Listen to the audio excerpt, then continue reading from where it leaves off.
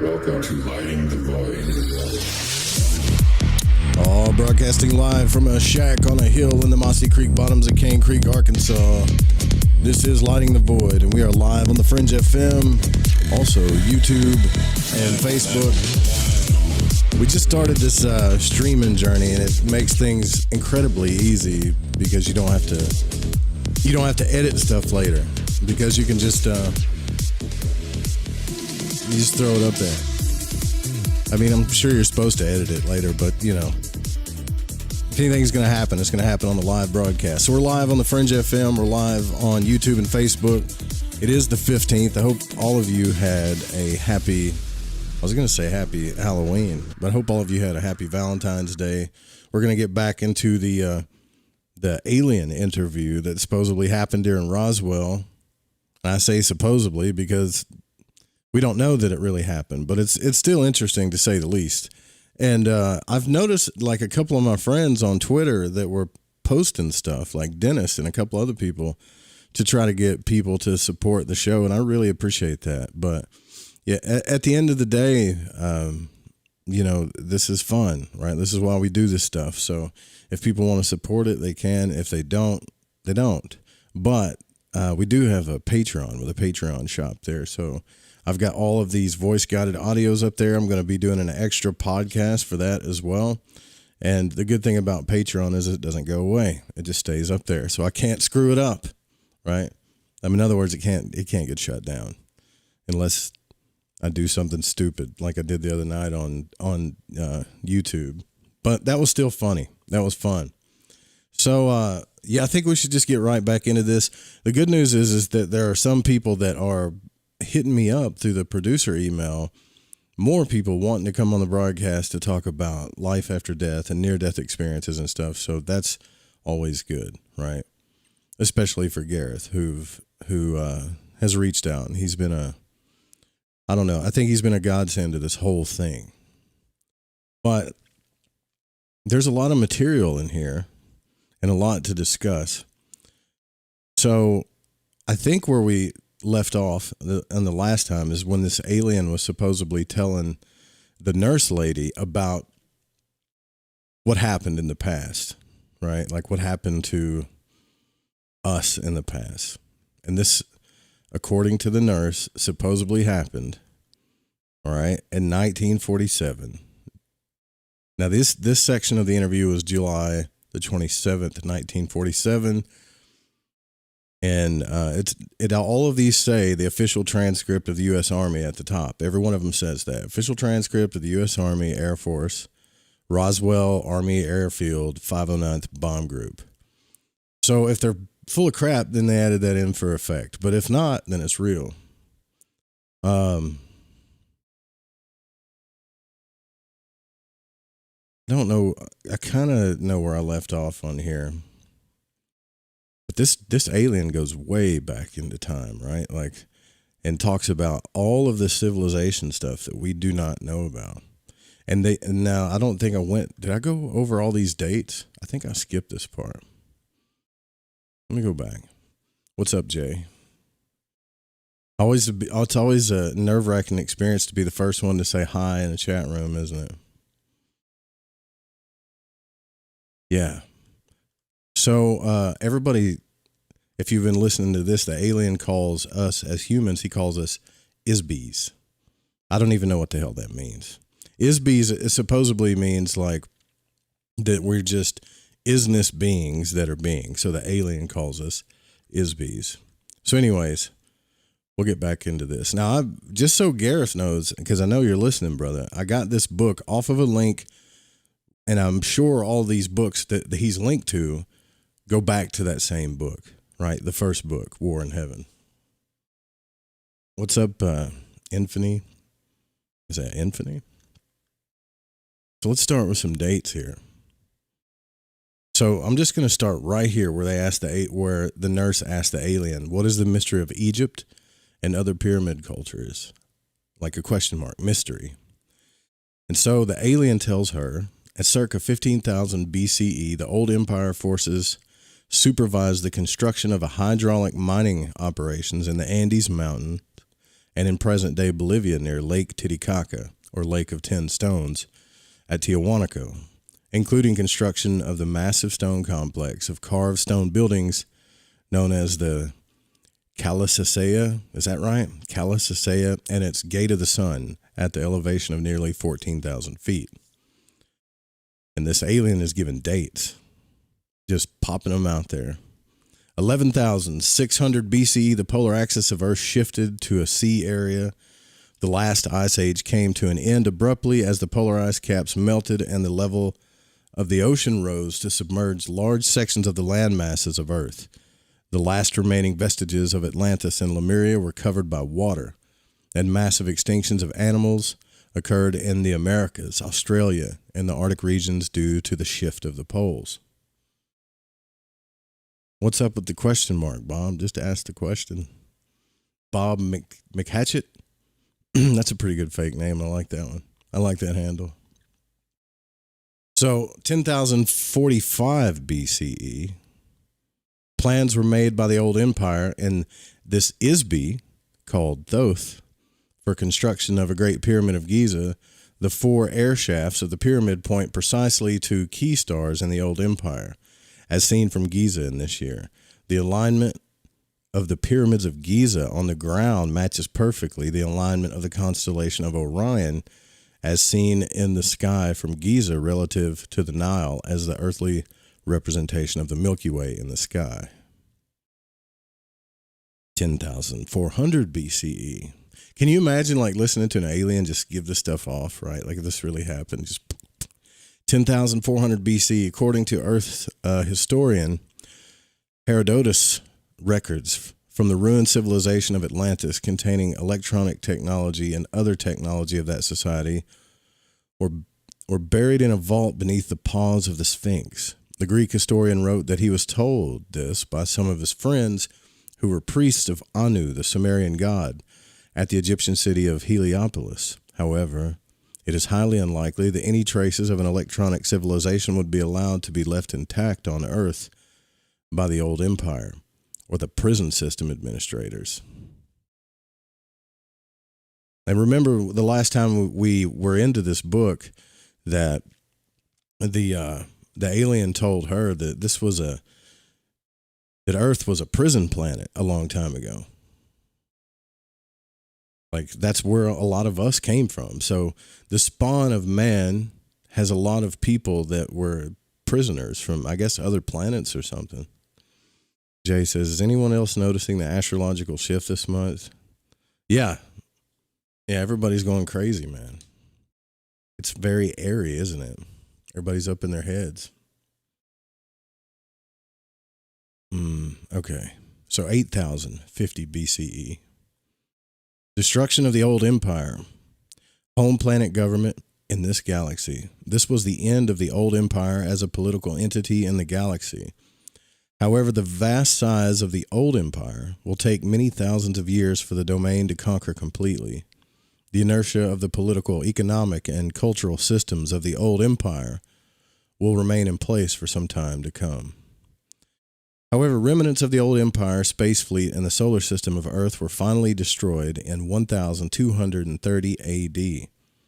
In addition, I wonder if she's going to say if like Jesus was an alien or something. In addition to operatives of the old empire who run the Earth prison operation, there were other beings from the old empire who came to Earth since Earth was no longer under the control of the old empire after their defeat by the domain forces. There was no police force to control military renegades, space pirates, miners, merchants, and entrepreneurs who came to Earth to exploit the resources of the planet for their personal gain, and many other nefarious reasons. Well, that would explain our genetics, right? We're capitalists to the core. Let's see. For example, the history of Earth, according to the Jewish people, describes the Nephilim. Chapter 6 in the book of Genesis describes the origin of the Nephilim. And then he goes into this verse here. I don't know which version he got this one from, but it says, now it came about when man began to multiply on the face of the land, and daughters were born to them, that the sons of God saw that the daughters of men were beautiful, and that they took wives for themselves, whomever they choose. Poor ladies. The Nephilim were on the earth in those days, and also afterward, when the sons of God came into the daughters of men, and they bore children to them, and those were the mighty men who were of old, men of renown. What if dinosaurs were tormented reptilians of the days of Atlantis, and we're the second try after the Tower of Babylon to do it correctly? Could be. I mean, after everything I've read and people I've talked to, there's a possibility for all of it, for sure. So the alien goes on and says, the alien Jewish people who wrote this history book called the Old Testament were slaves, herders, and gatherers. Any modern technology, even a simple flashlight, would seem astounding and miraculous to them. They attributed any unexplainable phenomena or technology to the workings of a god. Unfortunately, this behavior is universal among all Isbis, who have been given amnesia and cannot remember their own. They can't remember their own experiences, their training, their technology, their personality, or identity. Obviously, if these were men and they mated with earth women, they were not sons of God, quote, sons of God. They were Isbis who inhabited biological bodies in order to take advantage of the political situation in the old empire, or simply to indulge in physical sensation. They set up small colonies of their own on Earth beyond the reach of the police and tax authorities. Where is all this stuff? I mean, how come we don't see it in space? I mean, if it's up there, it's got to be on the dark side of the moon, right? 6,750 BCE. Other pyramid civilizations were set up by the old empire on Earth. These were established in Babylon, Egypt, China, and Mesoamerica. The Mesopotamian era provided service facilities, communication stations, spaceports, and stone quarry operations for these false civilizations. Ptah, who is spelled Ptah, was the name given to the first in a succession of administrators from the old empire, who represented themselves to the Earth population as divine rulers. Would you do that?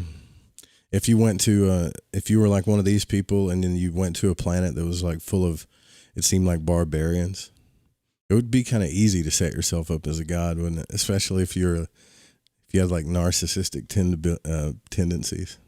Ptah's importance may be understood when one learns that the word Egypt is a Greek corruption of the phrase Het Ptah, or House of the Spirit of Ptah. Ptah was nicknamed the Developer. He was a construction engineer, and his high priest was given the title Great Leader of Craftsmen. Ruh-roh. Ptah was also the god of reincarnation in Egypt. He originated the opening of the mouth ceremony, which was performed by priests at funerals to release souls from their corpses. Of course, when the souls were released, they were captured, given amnesia, and returned to Earth again. So the so-called divine rulers who followed Ptah on Earth were called Neter, NTR, meaning guardians or watchers. By the Egyptians, their symbol was the serpent, or dragon, which represented a secret priesthood in the old empire called the Brothers of the Serpent. Yeah, man. Pretty good podcast out there called that, too. You guys should check it out. The old empire, engineers used cutting tools of highly concentrated light waves to quickly carve and excavate stone blocks. They also used force fields and spacecraft to lift and transport blocks of stone weighing hundreds of thousands of tons each. The placement on the ground of some of these structures will be found to have geodetic or astronomical significances relative to various stars in this galactic region. Okay.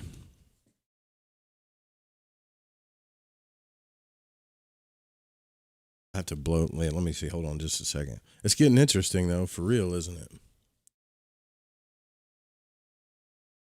Every time I put these things on, they got gunk on them.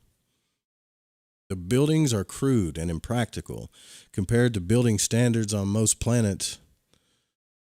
I'm not going to be able to use those right now. As an engineer of the domain, I can attest that makeshift structures like these would never pass inspection on a planet in the domain. Stone blocks, such as those used in pyramid civilizations, can still be seen, partially excavated in the stone quarries in the Middle East and elsewhere. Most of the structures were hastily built props, much like the false facades of a Western town on the set of a motion picture. They appear to be real and to have some use or value, however, they have no value. They have no useful purpose.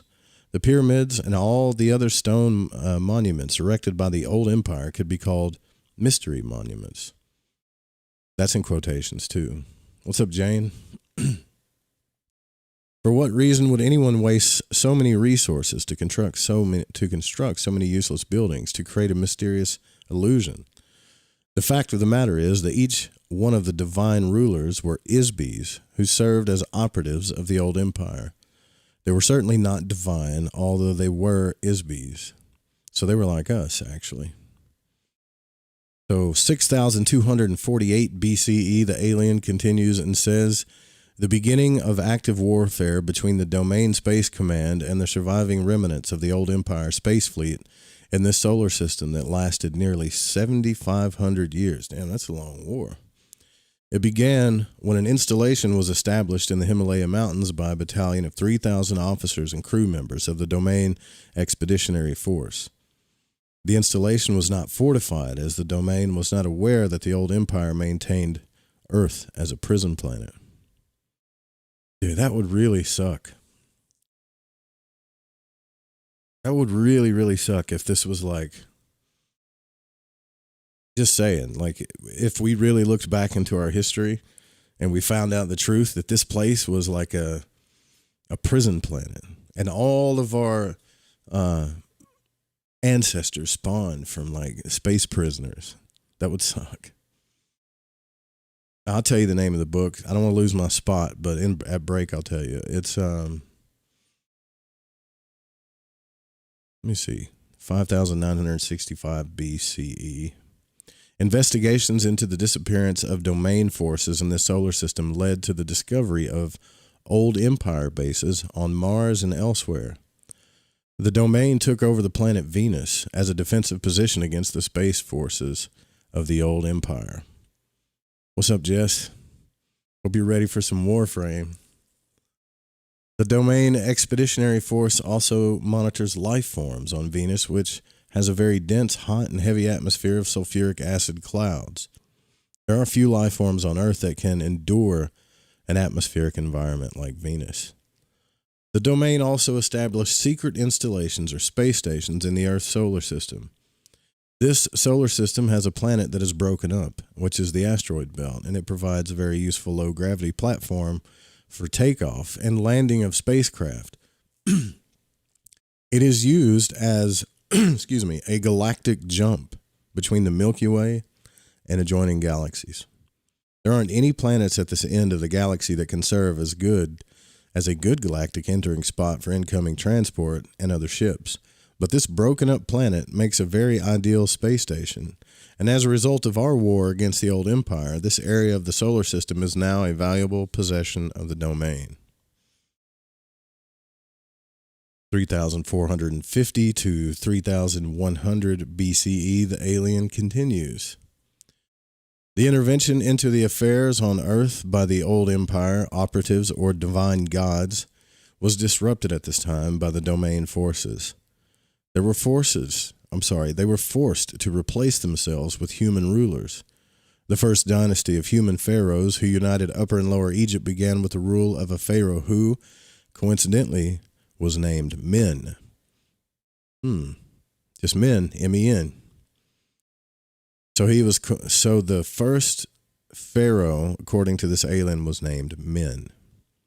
He established the capital city called Men-Nefer, the beauty of men, in Egypt.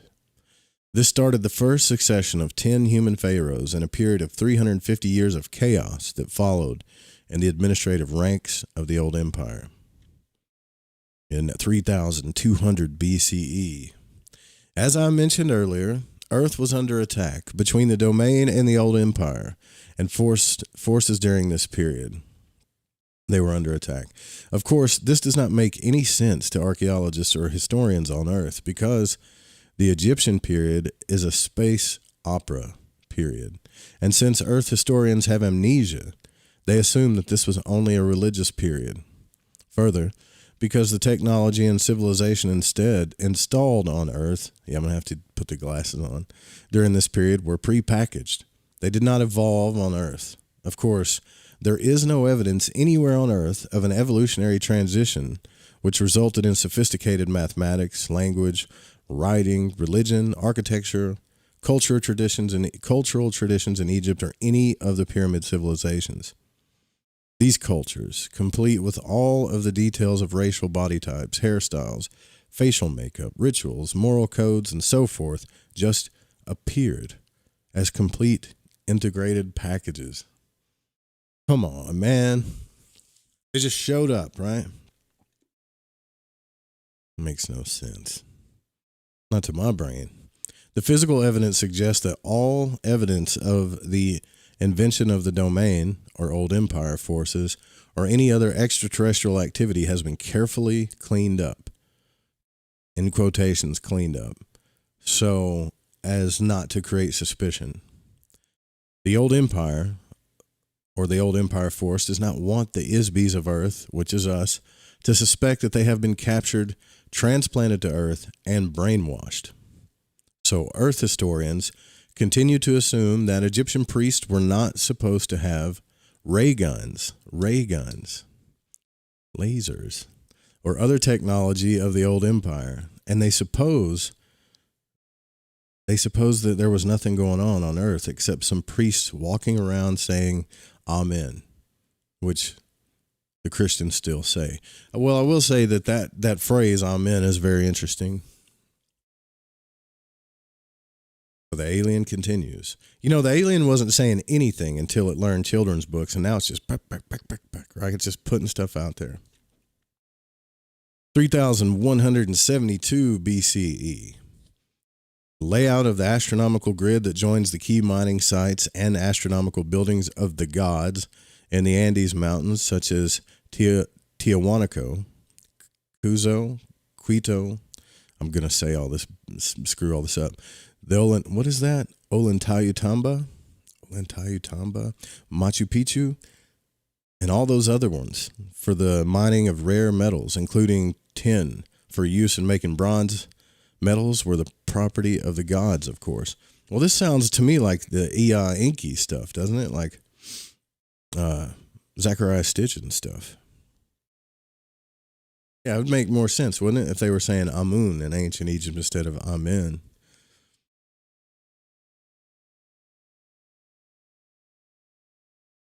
Wait, what is this saying? A great variety of entrepreneurial mining was done on Earth at the time due to the war between the old empire force and the domain. These miners did carve a few sculptures of themselves. They are seen wearing mining helmets. The Ponce Stella sculpture in the sunken courtyard of the Kalasasaya temple is a crude rendering of a stoneworker using an electronic light wave emitting stone cutter and carving tools held in a holster. I've never seen that. I'll have to look at that.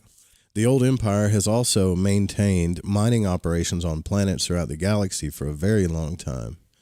The mineral resources of Earth are now a property of the domain. Whew. What's up, Steve? The topic tonight is Steve on Facebook. We are reading. I guess I can go up and say it now. I'll have to scroll back down. Damn, the title's not on here. An alien interview. That's what we're reading. I'll tell you who wrote it in a second. Because I'll lose my spot, man. But it's cool. 2450 BCE. The Great Pyramid and complex of pyramids near Cairo were completed. An inscription created by the Old Empire administrators can be seen in the so-called pyramid texts. The texts say that the pyramid was built under the direction of Thoth, son of Ptah. Of course, there was never a king buried in the chamber, since the pyramids were never intended to be used as a burial chamber. The Great Pyramid was located precisely at the exact center of all of the land masses of Earth, as viewed from space. And obviously, such precise measurements require aerial perspective and a view of the land masses of Earth from space.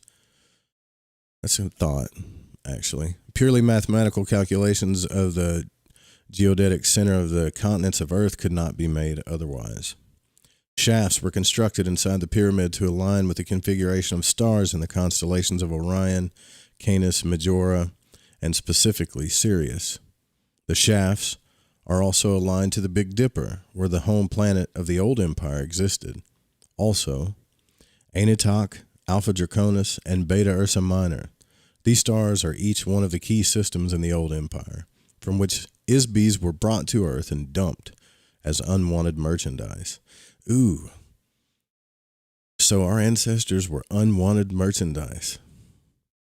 Ouch.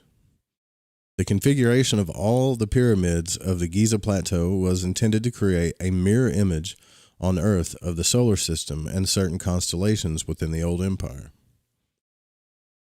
And the alien continues. 2181 BCE. Min, M-I-N, became the god of fertility of Egypt. The Isbi, also known as Pan, was also a Greek god. Min, or Pan, was an Isbi who somehow managed to escape from the old empire Amnesia system. Doesn't say much more about that. That's all it says. 2160 to 2040 BCE. One of the results of the intensifying battle between the domain forces and the old empire forces was that the control of the divine rulers was broken at this time.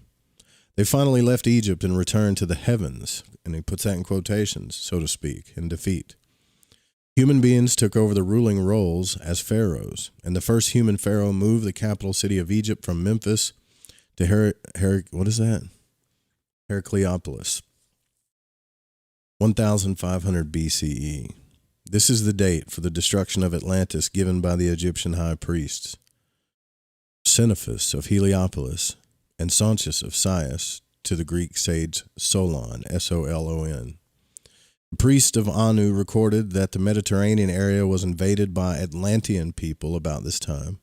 Of course, these people were not from the ancient continent of Atlanta in the Atlantic Ocean, which existed more than 70,000 years earlier. These were refugees from the Minoan civilization on Crete, escaping from the volcanic eruption and tidal waves of Mount Thera and destroyed their civilization. Plato's references to Atlantis were borrowed from the writings of the Greek philosopher Solon, who was given the information by the Egyptian priest who called Atlantis Kepchu, which also happens to be the Egyptian name for the people of Crete. Some of the survivors of the Minoan volcanic disaster asked Egypt for help, and since they were the only other civilization with high culture in the Mediterranean area at the time, and that's all it says about that. Yeah, I agree. Is that Pepe? All we do is parrot info. Yeah. You know, they should have. It kind of sucks because, I mean, you can only go deep into so many books, and then you got to start reading stuff like this where supposedly an alien was interviewed in Roswell, and then it just kind of says the same stories that we've all heard, right? This one has, like, dates down, though. I totally agree with you, though. 1351 BCE to 1337 BCE. The Domain Expeditionary Force actively waged a war of religious conquest against the Egyptian mystery cult called the Priests of Amun. That's what y'all was talking about earlier, right? Also known as the Old Empire or Brothers of the Serpent. And during this time, the pharaoh Akhenaten abolished the priesthood of Amun and moved the capital of Egypt from Thebes to the new location of Amarna, at the exact geodetic center of Egypt. However, this plot to overthrow the old empire religious control was quickly spoiled. 1193 BCE. In the Near East and Achaea, the Greeks and Trojans fought for supremacy, which ended in the destruction of Troy as the finale of the Trojan War. And during this time, war was being fought out in the space of the solar system between two forces for control of the space station surrounding Earth. That period of 300 years was a very violent resistance to the domain forces by the remnants of the old empire forces. It did not last long, however, as it is futile to resist the domain.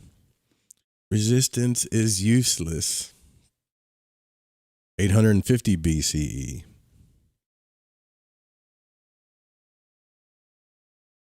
Homer, the blind Greek poet, wrote the stories, the gods, as borrowed and modified from earlier sources in Vedic texts, Sumerian texts, Babylonian and Egyptian mythology. His poems, as well as many other myths of the ancient world, are very accurate descriptions of the exploits of Isbis on Earth who were able to avoid the old empire amnesia operation and operate without biological bodies. There's a chapter coming up where this alien gets into this crazy biological story too. It's freaking weird. 700 BCE. The Vedic hymns were first translated in Greek language. This was the beginning of the cultural revolution in Western civilization that transformed crude and brutal tribal cultures into democratic republics based on more reasonable conduct. 638 to 559 BCE. Solon, remember that's spelled S-O-L-O-N, a wise man from Greece, reported the existence of Atlantis, and this was information he received from the old empire high priests, Xenophus of Heliopolis and Sonches of Sais, with whom he studied in Egypt. And this alien knows a lot, right? 630 BCE, Zoroaster created religious practices in Persia around an Isbi called Ahura Mazda.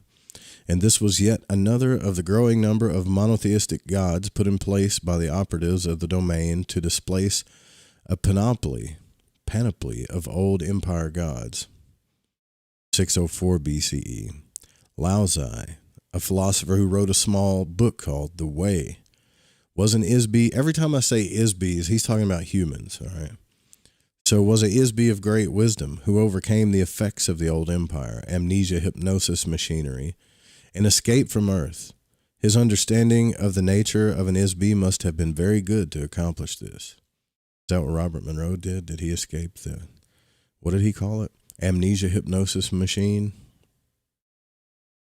According to the common legend, his last lifetime as a human was lived in a small village in China.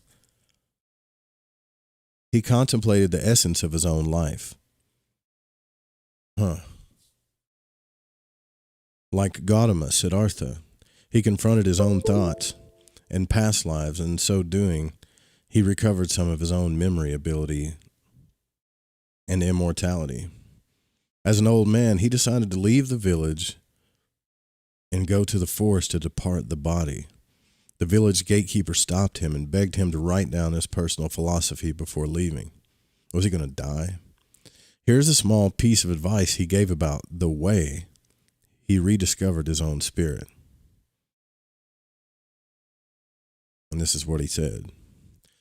He who looks will not see it. He who listens will not hear it. He who gropes will not grasp it. The formless nonentity, the motionless source of motion, the infinite essence of the spirit is the source of life. Spirit is self. Walls form and support a room, yet the space between them is most important. A pot is formed of clay, yet the space formed therein is most useful. Action is caused by the force of nothing on something. Okay, just as nothing of spirit is the source of all form. One suffers great afflictions because one has a body. Without a body, what afflictions could one suffer? When one cares more for the body than of his own spirit, one becomes the body and loses the way of the spirit. The self, the spirit, creates illusion. The delusion of man is that reality is not an illusion. One who creates illusions and makes them more real than reality follows the path of the spirit and finds the way of heaven. Trippy. What's up, Lisa? You have a great, smooth, chill radio voice. Glad you're a lot of coffee and cigarettes, my friend. What's up, Genevieve? I don't know. 593 BCE. Wait, let's go back. So he says, one who creates illusions and makes them more real than reality follows the path of the spirit and finds the way of heaven. So that phrase right there would explain probably all of magic and everybody's beliefs, everybody that's had an out-of-body experience, and everybody that's had, like Bjornman and all those, that have saw like what we were able to create even after we died. Pretty trippy. And I mean, I don't know if this really happened, but it was written down. Like this guy went out to the woods and just left his body and wrote all this stuff down before he did. It's trippy, man. 593 BCE, the ET continues. The Genesis story written by the Jewish people describe angels or sons of God mating with women on earth who bore them children. These were probably renegades from the old empire. They may also have been space pirates or merchants from a system outside the galaxy who came to steal mineral resources or smuggled drugs. Damn, you mean the angels and the aliens had drugs too? I bet they had some good stuff. Better than you can get in Amsterdam. The domain has observed that there are many visitors to Earth from neighboring planets and galaxies, but they rarely stop and live here. What kind of beings would live on a prison planet if they were not forced to do so? The same book also reports the story of a human named Ezekiel, who witnessed a spacecraft or aircraft landing near Shabar River in Chaldea. His description of the craft uses very archaic language, technically, but it is nevertheless quite an accurate description of an old empire saucer or scout craft. It is similar to the sighting of Vimanus by the people in the foothills of the Himalayas. Their Genesis story also mentions that Yahweh designed biological bodies to live for 120 years on Earth. Biological bodies on most Sun-type 12 Class 7 planets are usually engineered to last for an average of about 150 years. Human bodies on Earth last only about one half as long. We suspect this is because the prison administrators have altered the biological material of human bodies on Earth to die more frequently, so that the Isbies who inhabit them will recycle through the amnesia mechanism more frequently. Damn, this is a trip. This is trippy. So, and this is why, like, alchemists try to do all this stuff to live longer so that they, can become more aware, right? Because if we start, like, right when we really start coming into our awareness, we're in our, I think it starts happening around 40, I think. And then I think we just die too soon. It would be trippy, though, right, if that's true. It should be noted that much of the Old Testament was written during the captivity of the Jews who were enslaved in Babylon, which was very heavily controlled by priests of the old empire. The book introduces a false sense of time and a false concept of the origin of the creation. The serpent is the symbol of the old empire. It appears in the beginning of their creation story, or as the Greeks say, Genesis, and causes the spiritual destruction of the first human beings, who are metaphorically represented by Adam and Eve. The Old Testament, clearly influenced by the old empire forces, gives a detailed description of the Isbies being induced into biological bodies on Earth. This book also describes many of the old empire brainwashing activities, including the installation of false memories, lies, superstitions, commands to, quote, forget, and all manner of tricks and traps designed to keep Isbies on Earth. Most importantly, it destroys the awareness that humans are immortal spiritual beings. 580 BCE. The oracle at Delphi was one temple in a network of many oracle temples. Each temple was a communication center. The old empire priests designated a local god for each temple. Each of the temples in this network were located at precisely 5 degrees of latitude intervals from the capital city of Thebes throughout the Mediterranean area as far north as the Baltic Sea. The shrine served, among other things, as a grid housing electronic beacons later called Omphalos stones. The grid arrangement of oracle sites can only be seen from miles above the earth, the original network of electronic communication beacons, which were disabled when the priesthood was dispersed and were replaced by carved stones. The symbol of the old empire priesthood is a python, dragon, or serpent. It was called the earth dragon at Delphi, which is always represented in sculpture and vase paintings as a serpent. In Greek mythology, the guardian of the Omphalos stone at the Temple of Delphi was an oracle whose name was Python, the serpent. She was an Isbie who conquered... I'm tripping right now. I'm not saying this is real, but I'm tripping right now. She was an Isbie who was conquered by a god named Apollo, and he buried her under the Omphalos stone. This is a case of one god setting up his temple on the grave of another. This is a very accurate euphemism for the domain force that detected and disabled the old empire temple network on Earth. It was one of the fatal blows to the old empire forces in the solar system. of Earth. Trippy. What did I unplug? What did I touch?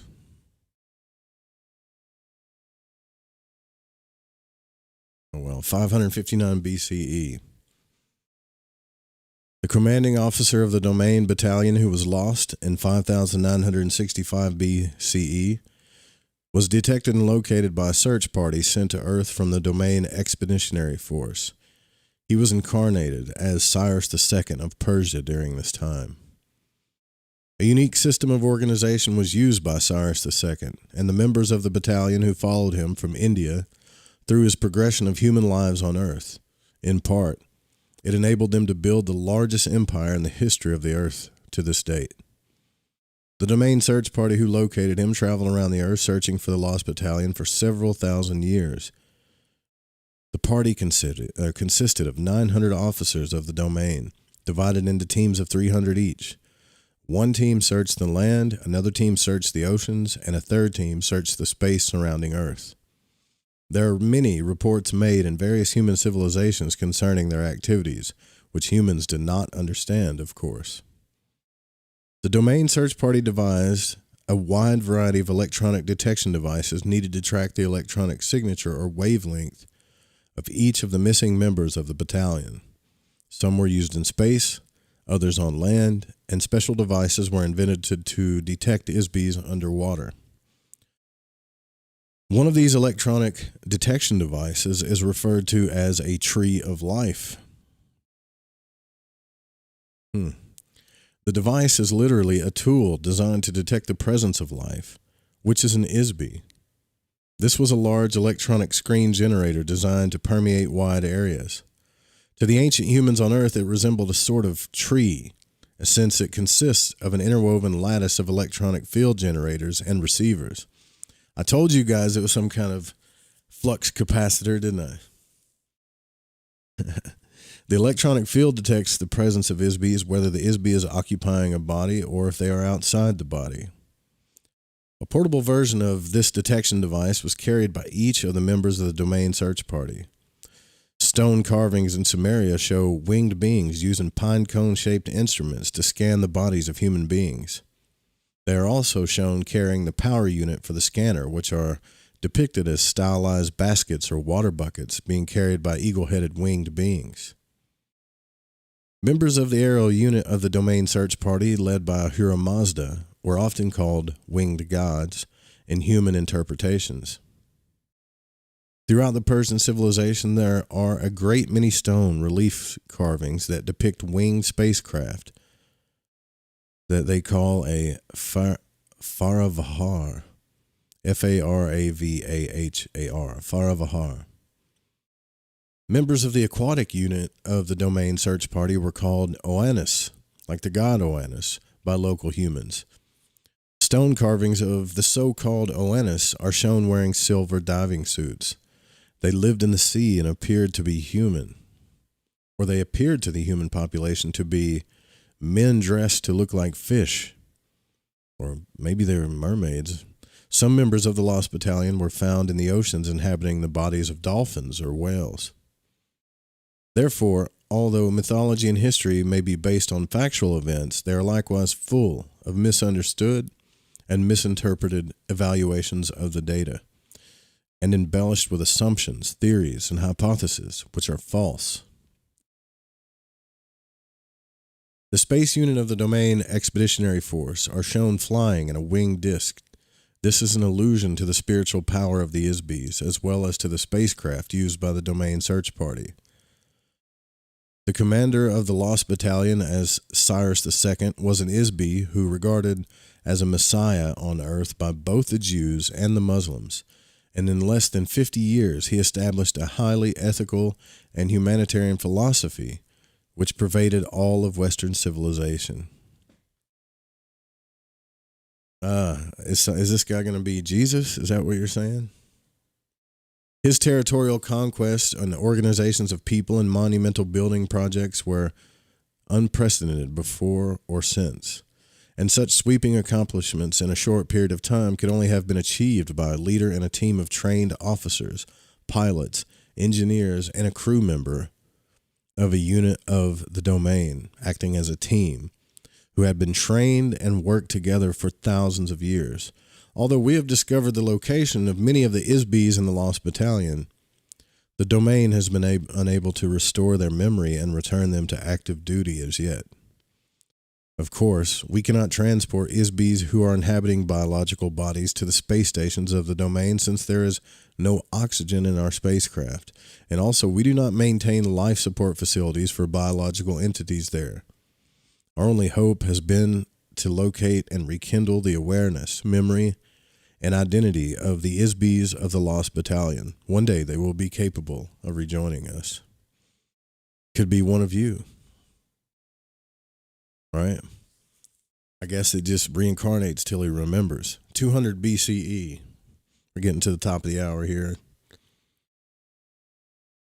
The last remnant of the old empire, pyramid civilization, is at Teotihuacan. The Aztec name means place of the gods, or where men were transformed into gods. And like the astronomical configuration of the Giza pyramids in Egypt, the entire complex is a precise scale model of the solar system that accurately reflects the orbital distances of inner planets, the asteroid belt, Jupiter, Saturn, Uranus, Neptune, and Pluto. And since the planet Uranus had only been discovered with modern Earth telescopes in 1787, and Pluto not until 1930, it is apparent that the builders had information from other sources. A common element of the pyramid civilizations around the earth is the constant use of the image of the snake, dragon, or serpent. This is because the beings who planted these civilizations here want to create an illusion that the gods are reptilian. This is also a part of an illusion designed to perpetuate amnesia. The beings who placed false civilizations on earth are ISBs, just like you. Many of the biological bodies inhabited by ISBs in the old empire are very similar in appearance to the bodies on Earth. The gods are not reptiles, although they often behave like snakes. Damn. All right.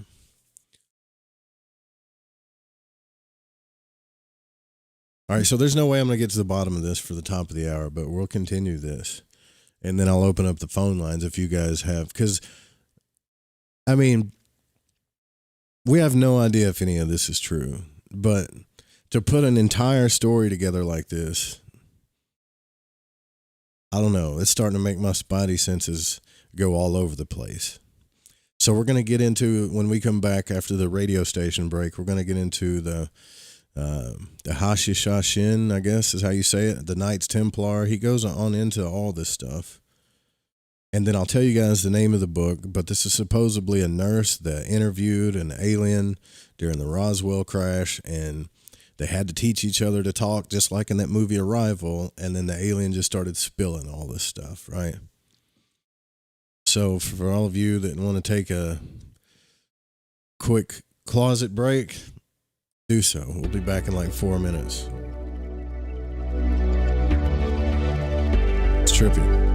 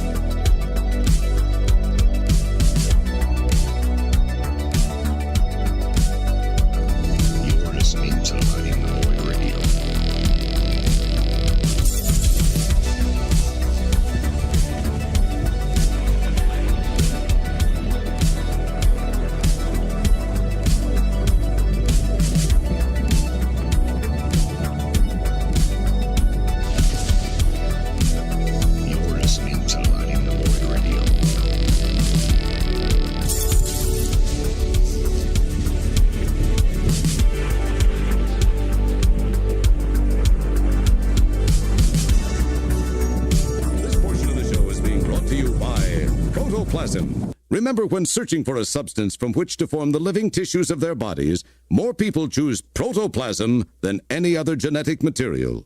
Protoplasm is durable, weather-resistant, comes in a variety of colors, and has been used by hundreds of satisfied families just like yours for generations. Protoplasm, when you want to show them what you're made out of. Do you want to know the truth? Are UFOs real? Are aliens visiting Earth? Are governments around the world hiding the biggest secret in history? We're UFO Seekers, official partner of The Fringe FM, and we're on a hunt for the truth. Join us as we investigate locations like Area 51 by subscribing on YouTube at youtube.com/UFO Seekers. What grows in the forest? Trees? Sure. Know what else grows in the forest?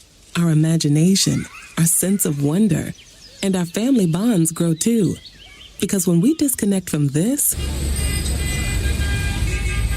and connect with this, we reconnect with each other and build family memories we will carry with us forever. The forest is closer than you think. Find a forest near you and start exploring at discovertheforest.org. It's easy. Just put in your zip code to find family-friendly outdoor destinations near you. You'll also find guides to free activities, games, and amazing forest facts. Give the magic of the outdoors to your kids and reconnect with your family. Find a forest near you at discovertheforest.org. That's discovertheforest.org. Brought to you by the United States Forest Service and the Ad Council. Have you ever wondered, what do the stars say for me? Or, will the next month or the next year be more favorable? How about, are our two signs compatible? Each month, at the new moon, you can ask these questions live with me, your astrologer psychic, Mary DeCina, along with host of Lighting the Void, Joe Root. Join us at the new moon for Cosmic Conditions. We look forward to working with your energy. Every new moon at 7 p.m. Pacific, 10 p.m. Eastern, right here on Fringe FM. My name is Alex Exum, and you're listening to The Fringe FM. Musicians experience a lot of frustration with music marketing and promotion. They have no idea how to get their music heard, and they're spending hours sending emails, making phone calls, and hitting up their friends to promote them. With our industry-powered digital marketing platform, we can set up your media plan in minutes. Our team will automatically distribute your music across all the best channels, so you can focus on actually making the music. Submit your music today on our website at mymusicpromoter.com. That's mymusicpromoter.com.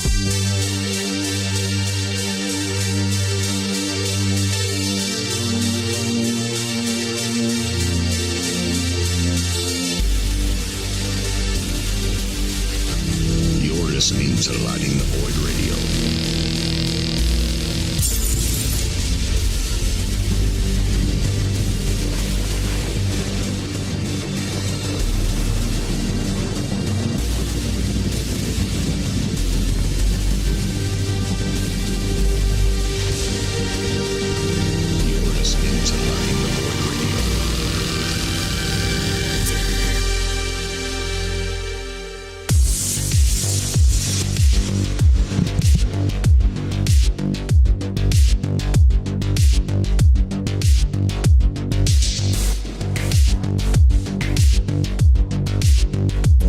Back to Lighting the Void Radio. I'm your host, Joe Roop. We're live on the Fringe FM.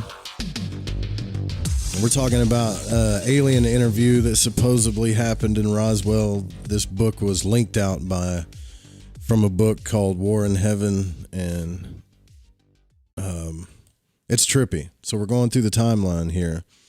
If you want to support the show, all the links are there, the Patreon, PayPal, all that stuff. Thefringe.fm is the website. Thank you for joining us, whether you're on the radio station or on the live broadcast. So I think we left off at 1034.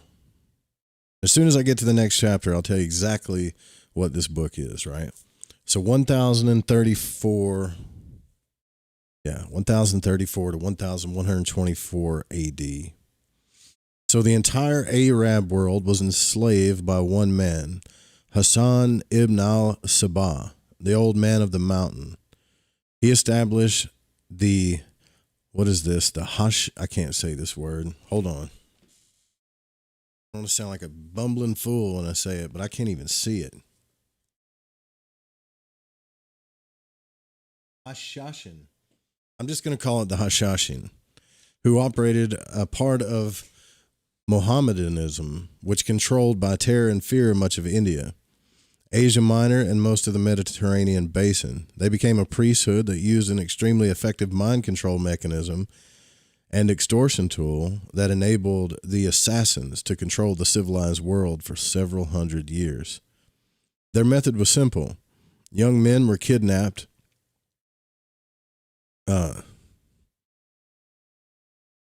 You putting some books in there, Bob? I'll check them out, man. Their method was simple. Young men were kidnapped and knocked unconscious with hashish. They were taken to a garden filled with beautiful black-eyed houris. Am I saying that right? And a harem decorated with rivers of milk and honey. The young men were told that they were in paradise. They were promised they could return and live there forever if they sacrificed themselves as an assassin of whomever they were commanded to kill. The men were knocked out again and shoved out into the world to carry out the assassination mission.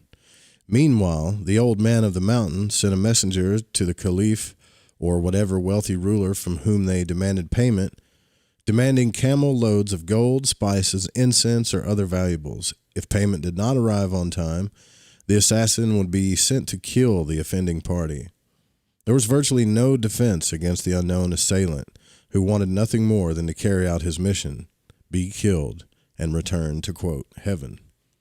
This is a very crude example of how simple and effective a brainwashing and mind control operation can be when it is used skillfully and forcefully.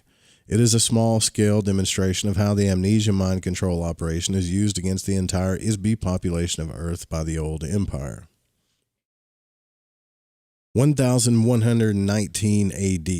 The Knights Templar was established as a Christian military unit after the First Crusade, but quickly transformed into the basis for the international banking system to accumulate money to conduct the agenda of operatives for vestiges of the old empire on Earth. That's all it says about that. 1135 to 1230 AD. The Domain Expeditionary Force completed the annihilation of the remaining remnants of the old empire. Space fleet operating in the solar system around Earth were gone. Unfortunately, their long-established thought control operation remains largely intact. 1307 AD. The Knights Templar was disbanded by King Philip IV of France, who was deeply in debt to the order. Pressured Pope Clement V to condemn the order's members, have them arrested, torture them into giving false confessions, and burn them at the stake in an effort to erase his debt by seizing all of their wealth. A majority of the Templars fled to Switzerland, where they established an international banking system, which secretly controls the economy of Earth. Ooh. By the way, I'm going to put out a quick disclaimer. This is just a book that I'm reading for journalistic reasons. I don't believe it, nor do I not believe it, but we're not endorsing this. Keep in mind, let's put this in a context. This is an alien telling us this before you say this is harmful information or whatever. Old Empire operatives act as an unseen influence on international bankers, and the banks are operated covertly as a on-combatant provocateur to covertly promote and finance weapons and warfare between the nations of Earth. Warfare is an internal mechanism of control over the inmate population. The purpose of the senseless genocide and carnage of wars financed by these international banks is to prevent the ISBs of Earth from sharing open communication, to prevent them to cooperate together in activities that might enable the ISBs to prosper or become enlightened and escape their imprisonment. And there's a ton of footnotes here. Just going to see if this nurse says anything. Nothing. She doesn't say anything about this, which is strange because that is a lot of info, right? All right, so that was chapter 9 a timeline of events. Why did he stop, though? Well, you just skipped over the Jesus stuff. Maybe they'll talk about it in a minute. All right. Now that I'm back here, I can tell you that this book, because you asked, is a book called Alien Interview, based on personal notes and interview transcriptions provided by Matilda O'Donnell McElroy. The book was written in 2008 by Lawrence R. Spencer. It's just called Alien Interview. I think you can get it on like Scribd or something. All right, here we go. Lesson in Biology.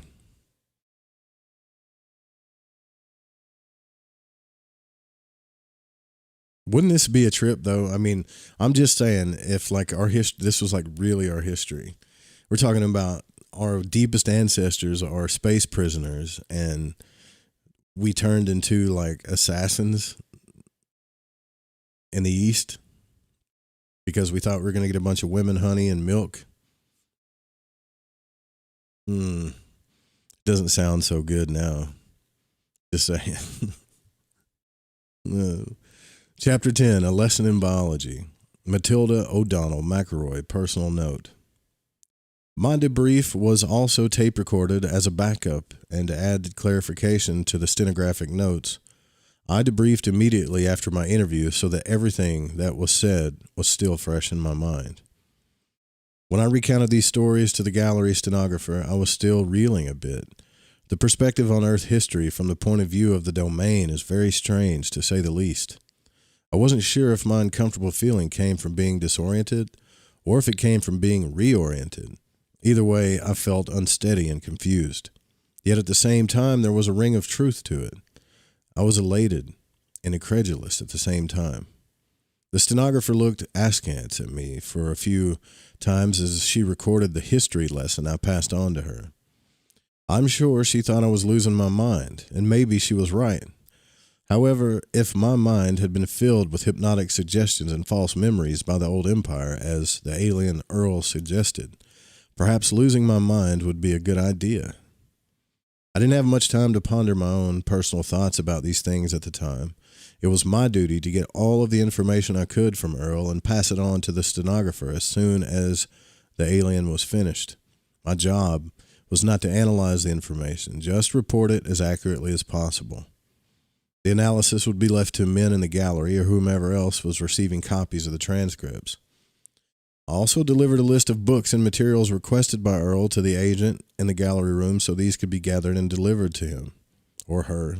I know she refers to the alien as her. Each night after I left Earl, she spent the rest of the night reading or scanning the materials which had been delivered to her.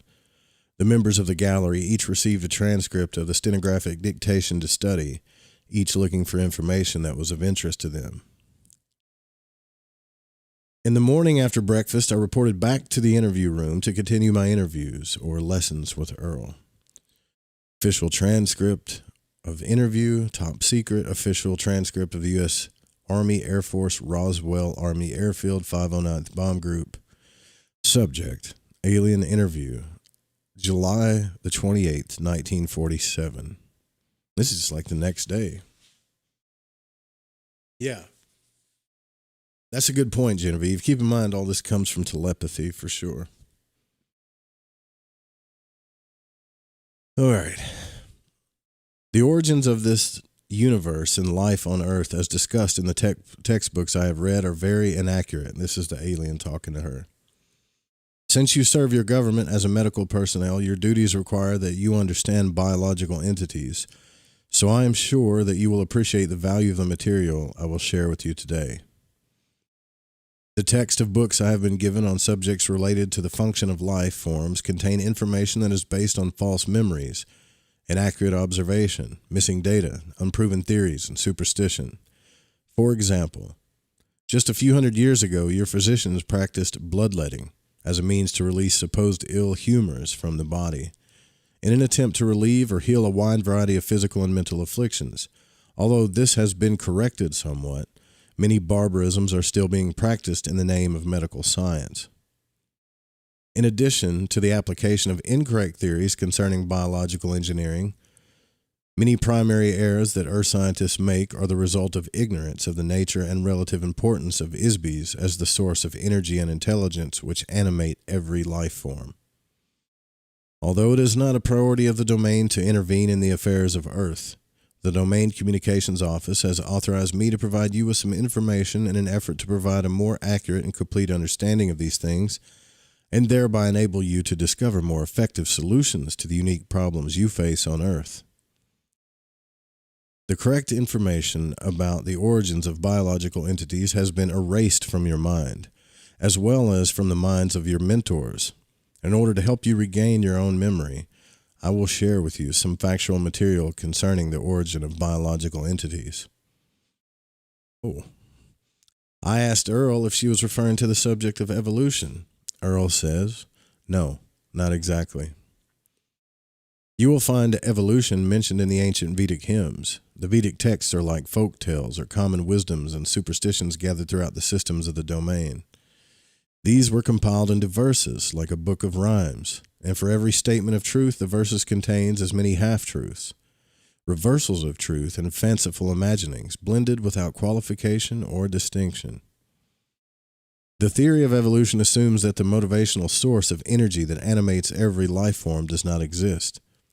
It assumes that an inanimate object or a chemical concoction can suddenly become alive or animate accidentally or spontaneously. Or perhaps an electrical discharge into a pool of chemical ooze will magically spawn a self-animated entity. There is no evidence whatsoever that this is true, simply because it is not true.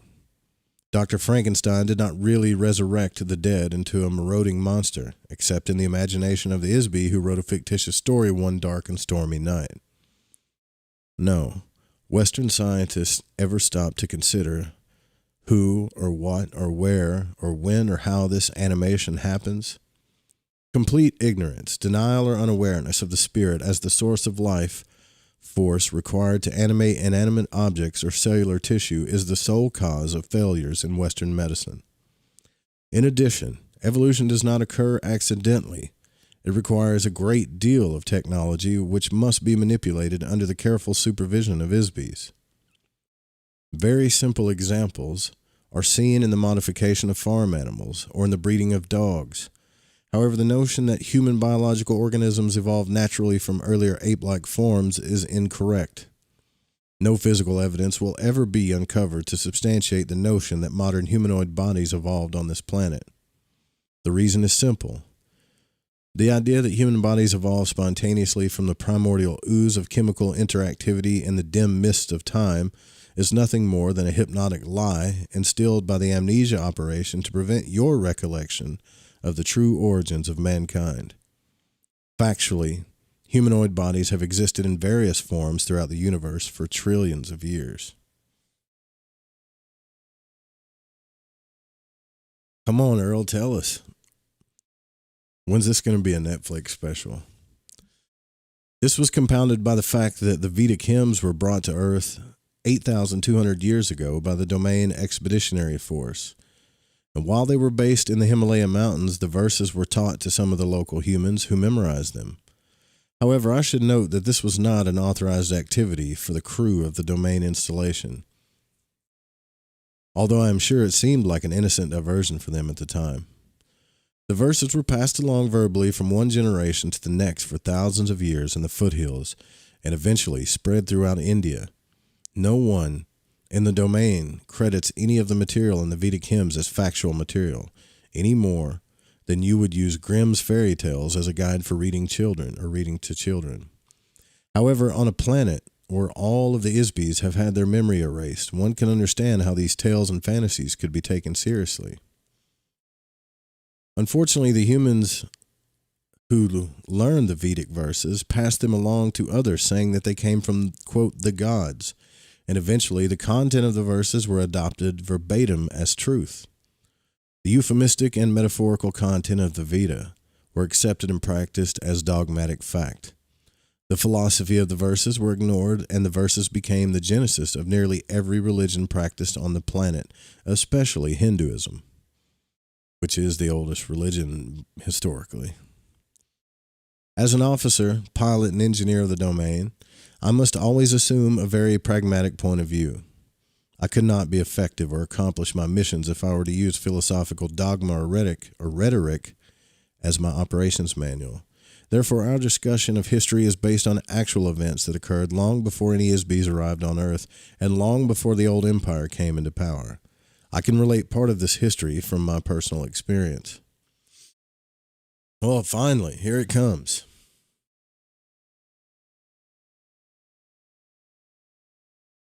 Many billions of years ago, I was a member of a very large biological laboratory in a galaxy far from this one. It was called the Arcadia Regeneration Company.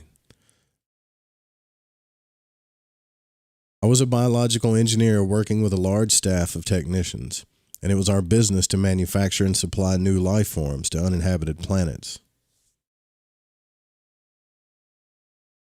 There were millions of star systems with millions of inhabitable planets in the region at the time. Yeah, in a galaxy far, far away.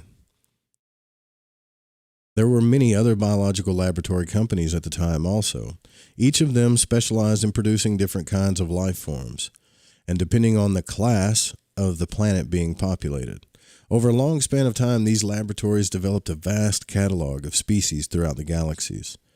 The majority of basic genetic material is common to all species of life. Therefore, most of their work was concerned with manipulating alterations of the basic genetic pattern to produce variations of life forms that would be suitable inhabitants for various planetary classes. The Arcadia Regeneration Company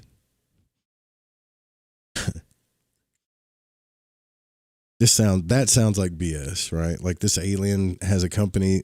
Come on, man.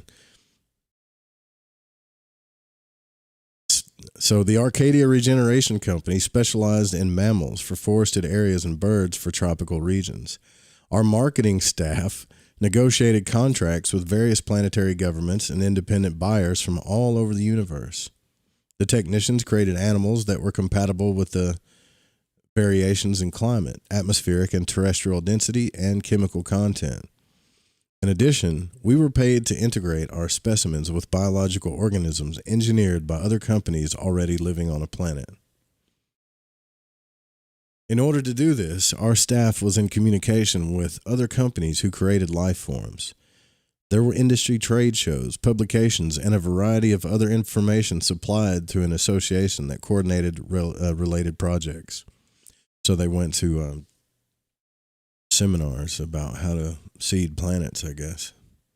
Kind of like we do when we go to the Hilton.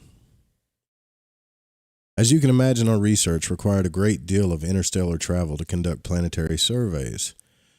This is when I learned my skill as a pilot. The data gathered was accumulated in huge computer databases and evaluated by biological engineers. A computer is an electronic device that serves as an artificial brain or complex calculating machine. It is capable of storing information, making computations, solving problems, and performing mechanical functions. Remember, this was supposedly interviewed in 47, so. In most of the galactic systems of the universe, very large computers are commonly used to run routine administration, mechanical services, and maintenance activities of an entire planet or planetary system. Based on the survey data gathered, designs and artistic renderings were made for new creatures. Some designs were sold to the highest bidder. Other life forms were created to meet the customized requests of our clients. The design and technical specifications were passed along an assembly line through a series of cellular, chemical, and mechanical engineers to solve the various problems.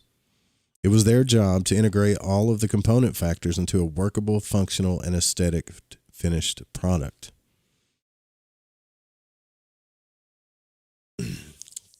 Like Jurassic Park, right?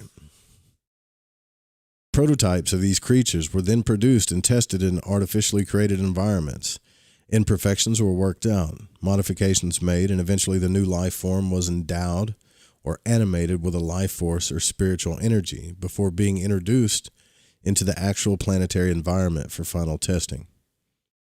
After a new life form was introduced, we monitored the interaction of these biological organisms with the planetary environment and with our indigenous life forms. Conflicts resulting from the interaction between incompatible organisms were resolved through negotiation between ourselves and other companies. The negotiations usually resulted in compromises requiring further modification to our creatures or to theirs or both. And this is a part of science or art you call eugenics. This is freaky. In some cases, changes were made in the planetary environment, but not often, as a planet building is much more complex than making changes to an individual life form. Coincidentally, a friend and engineer with whom I used to work with at the Arcadia Regeneration Company, a long time after I left the company, told me that one of the projects they contracted to do in more recent times was to deliver life forms to Earth to replenish them after a war in this region of the galaxy devastated most of the life on the planets in this region of space. This would have been about 70 million years ago.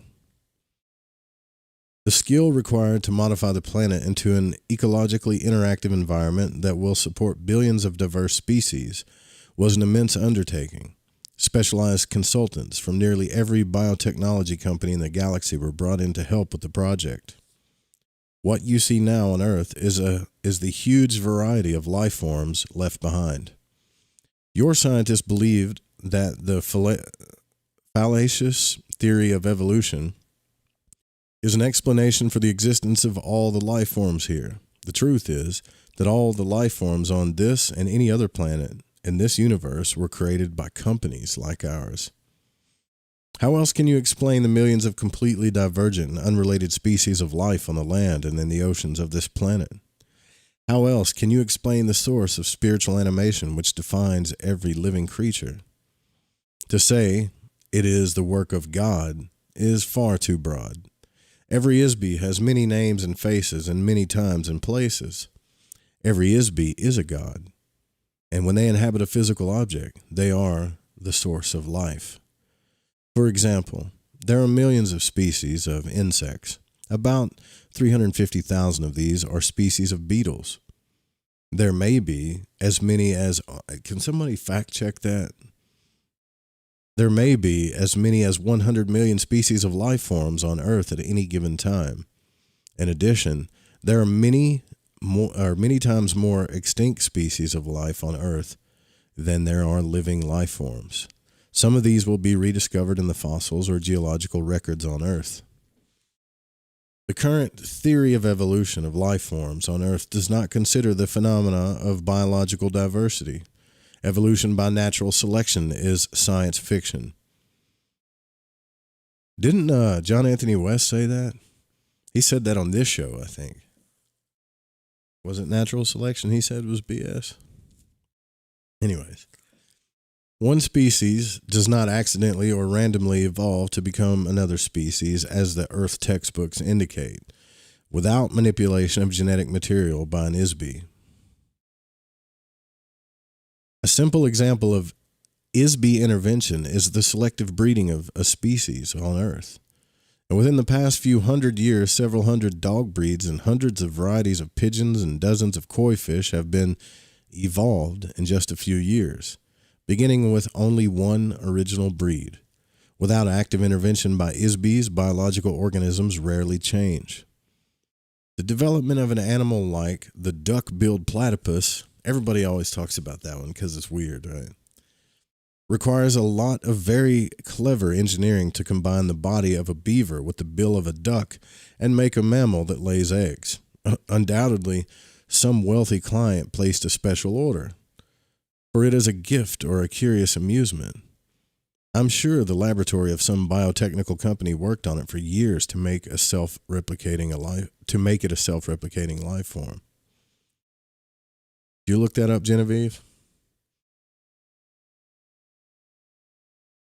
The notion that the creation of any life form could have resulted from a coincidental chemical interaction moldering up from some primordial ooze is beyond absurdity.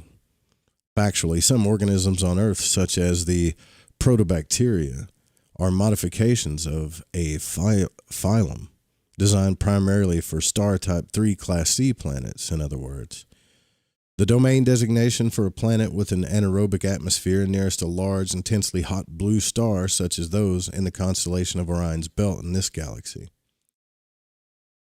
Creating life forms is very complex, highly technical work for ISBs who specialize in this field. Genetic anomalies are very baffling to Earth biologists who have had their memory erased. Unfortunately, the false memory implantations of the old empire prevent Earth scientists from observing obvious anomalies. The greatest technical challenge of biological organisms was the invention of self-regeneration or sexual reproduction.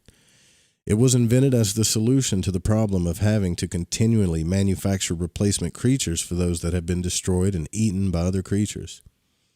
Planetary governments did not want to keep buying replacement animals. The idea was contrived trillions of years ago as a result of a conference held to resolve arguments between the disputing vested interests when the biotechnology industry. The infamous Council of Crum was responsible for coordinating creature production. So animal sex was created based on biology and evolution, or the infamous Council of Crum? Honestly, Crum makes more logical sense to me at this point in time. A compromise was reached after certain members of the council were strategically bribed or murdered to author an agreement which resulted in the biological phenomenon which we now call the food chain.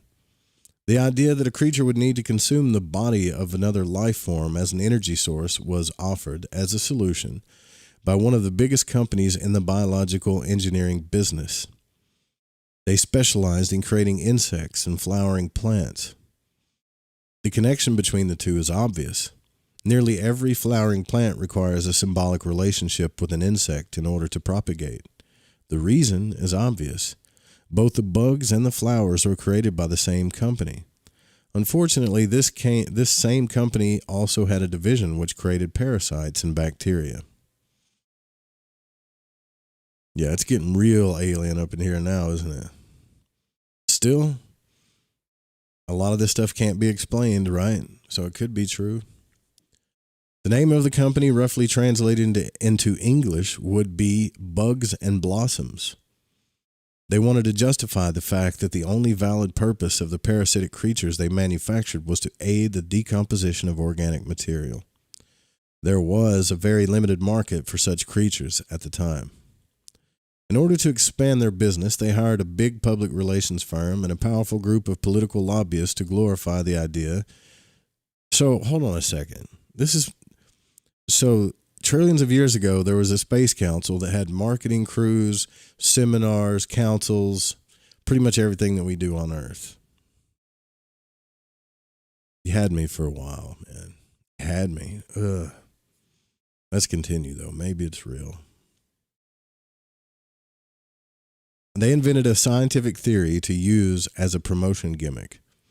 The theory was that all creatures needed to have food as a source of energy, and before that, none of the life forms being manufactured required any external energy. Animals did not eat other animals for food, but consumed sunlight, minerals, or vegetable matter only. Of course, Bugs and Blossoms went into the business of designing and manufacturing carnivores, and before long, so many animals were being eaten as food that the problem of replenishing them became very difficult. So as a solution, Bugs and Blossoms proposed, with the help of some strategically placed bribes in high places, that other companies begin using sexual reproduction as the basis for replenishing life forms. Bugs and Blossoms was the first company to develop blueprints for sexual reproduction, of course.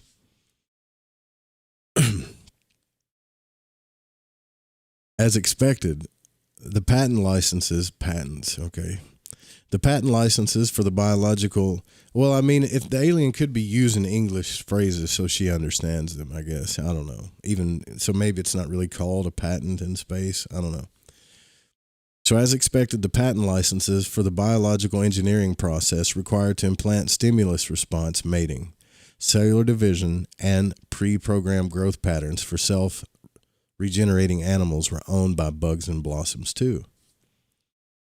Through the next few million years, laws were passed that required these programs be purchased by other biological technology companies, and these were required to be imprinted into the cellular design of all existing life forms. It became a very expensive undertaking for other biotechnology companies to make such an awkward and impractical idea work. This led to the corruption and downfall of the entire industry, and ultimately, the food and sex idea completely ruined the biotechnology industry, including bugs and blossoms. The entire industry faded away as the market for manufactured life forms disappeared, and consequently, when a species became extinct, there is no way to replace them because the technology of creating new life forms was lost.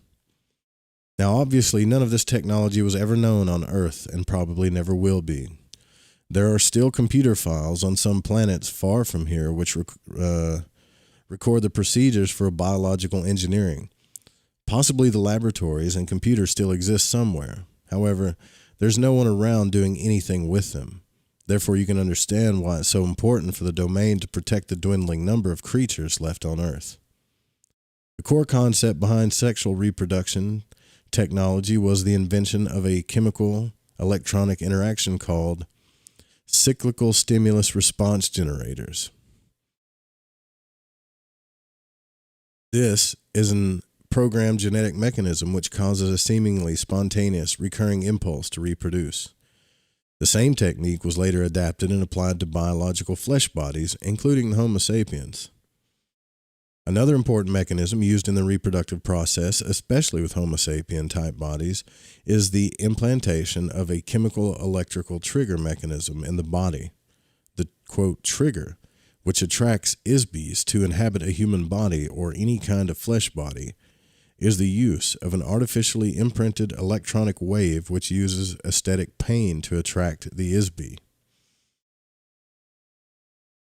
Every trap in the universe, including those used to capture ISBs who remain free, is baited with an aesthetic electronic wave.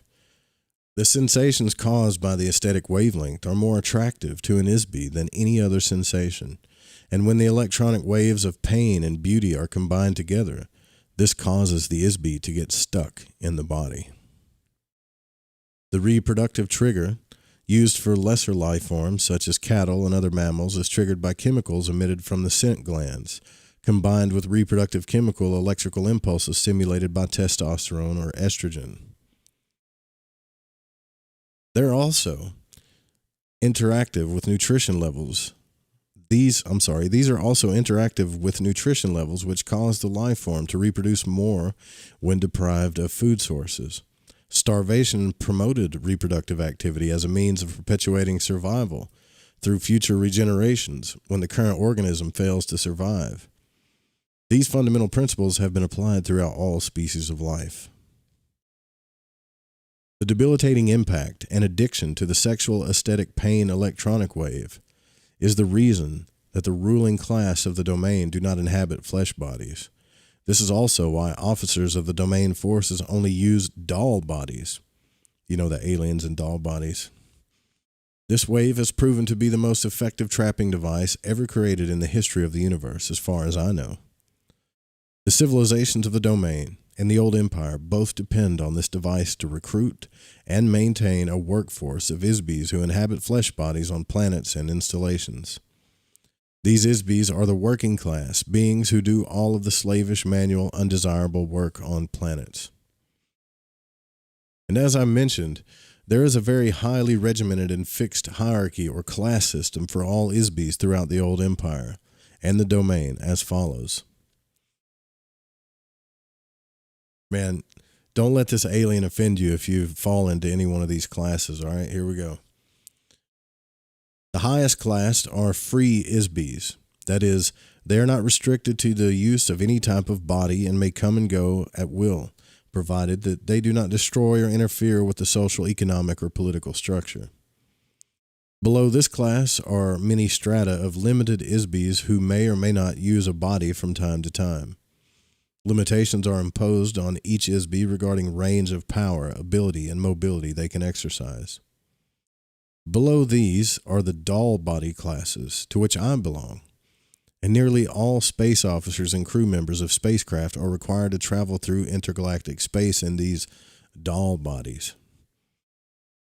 Therefore, they are each equipped with a body manufactured from lightweight, durable materials. Various body types have been designed to facilitate specialized functions, and some bodies have accessories, such as interchangeable tools or apparatuses for activities such as maintenance, mining, chemical management, navigation, and so forth. There are many gradations of this body type, which also serve as an insignia of rank. Below these are the soldier class, and the soldiers are equipped with a myriad of weapons and specialized armaments designed to detect, combat, and overwhelm any imaginable enemy or foe. And some soldiers are issued mechanical bodies. Most soldiers are merely remote-controlled robots with no class designation. The lower classes are limited to flesh bodies, of course. It is not possible for these to travel through space for obvious reasons. Fundamentally, flesh bodies are far too fragile to endure the stresses of gravity, temperature extremes, radiation, exposure, atmospheric chemicals, and the vacuum of space. There are also the obvious logistical inconveniences of food, defecation, sleep, atmospheric elements, and air pressure required by flesh bodies that doll bodies do not require. Most flesh bodies will suffocate in only a few minutes without a specific combination of atmospheric chemicals. After 2 or 3 days, the bacteria which live internally and externally on the body cause severe odors to be emitted. Odors of any kind are not acceptable in a space vessel. Flesh can tolerate only a very limited spectrum of temperatures, whereas in space the contrast of temperatures may vary hundreds of degrees within a second. Of course, flesh bodies are utterly useless for military duty. A single shot from a handheld electronic blast gun instantly turns a flesh body into a noxious vapor cloud. Well, this is getting real sci-fi now.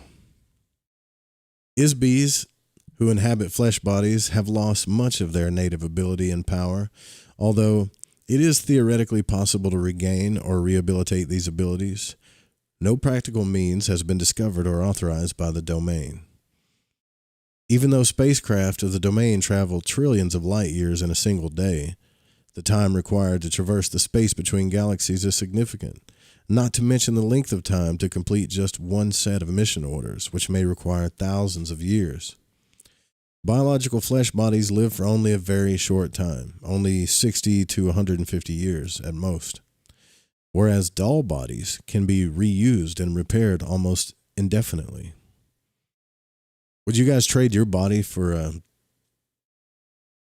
doll body? I don't know, man. Was packed with tools and stuff. The first development of biological bodies began in this universe about 74 trillion years ago. It rapidly became a fad for ISBs to create and inhabit various types of bodies for an assortment of nefarious reasons, especially for amusement. This is to experience various physical sensations vicariously through the body. And since that time, there has been a continuing de-evolution in the relationship of ISBs to bodies. As ISBs continued to play around with these bodies, certain tricks were introduced to cause ISBs to get trapped inside a body so they were unable to leave again. This was done primarily by making bodies that appeared sturdy but were actually very fragile. An ISB, using their natural power to create energy, accidentally injured a body when contacting it. The ISB was remorseful about having injured this fragile body. The next time they encountered a body, they began to be careful with them. In so doing, the ISB would withdraw or minimize their own power so as not to injure the body. A very long and treacherous history of this kind of trickery, combined with similar misadventures, eventually resulted in a large number of ISBs becoming permanently trapped in bodies. It sounds like a bad joke, like one freaky. Of course, this became a profitable enterprise for some ISBs who took advantage of the situation to make slaves of others. The resulting enslavement progressed over trillions of years and continues today. Ultimately, the dwindling ability of ISBEs to maintain a personal state of operational freedom and ability to create energy resulted in the vast and carefully guarded hierarchy or class system.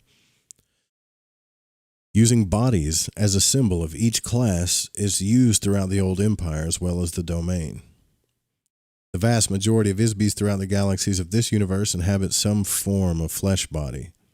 The structure, appearance, operation, and habitat of these bodies vary according to the gravity, atmosphere, and climate conditions of the planet they inhabit. Body types are predetermined largely by the type and size of the star around which the planet revolves, the distance from the star, the geological, as well as the atmospheric components of the planet. On average, these stars and planets fall into gradients of classification which are fairly standard throughout the universe. For example, Earth is identified roughly as the Sun Type 12 Class 7 planet. That is, a heavy gravity, nitrogen-oxygen atmosphere planet. With biological life forms in proximity to a single yellow medium-sized low-radiation sun or Type 12 star.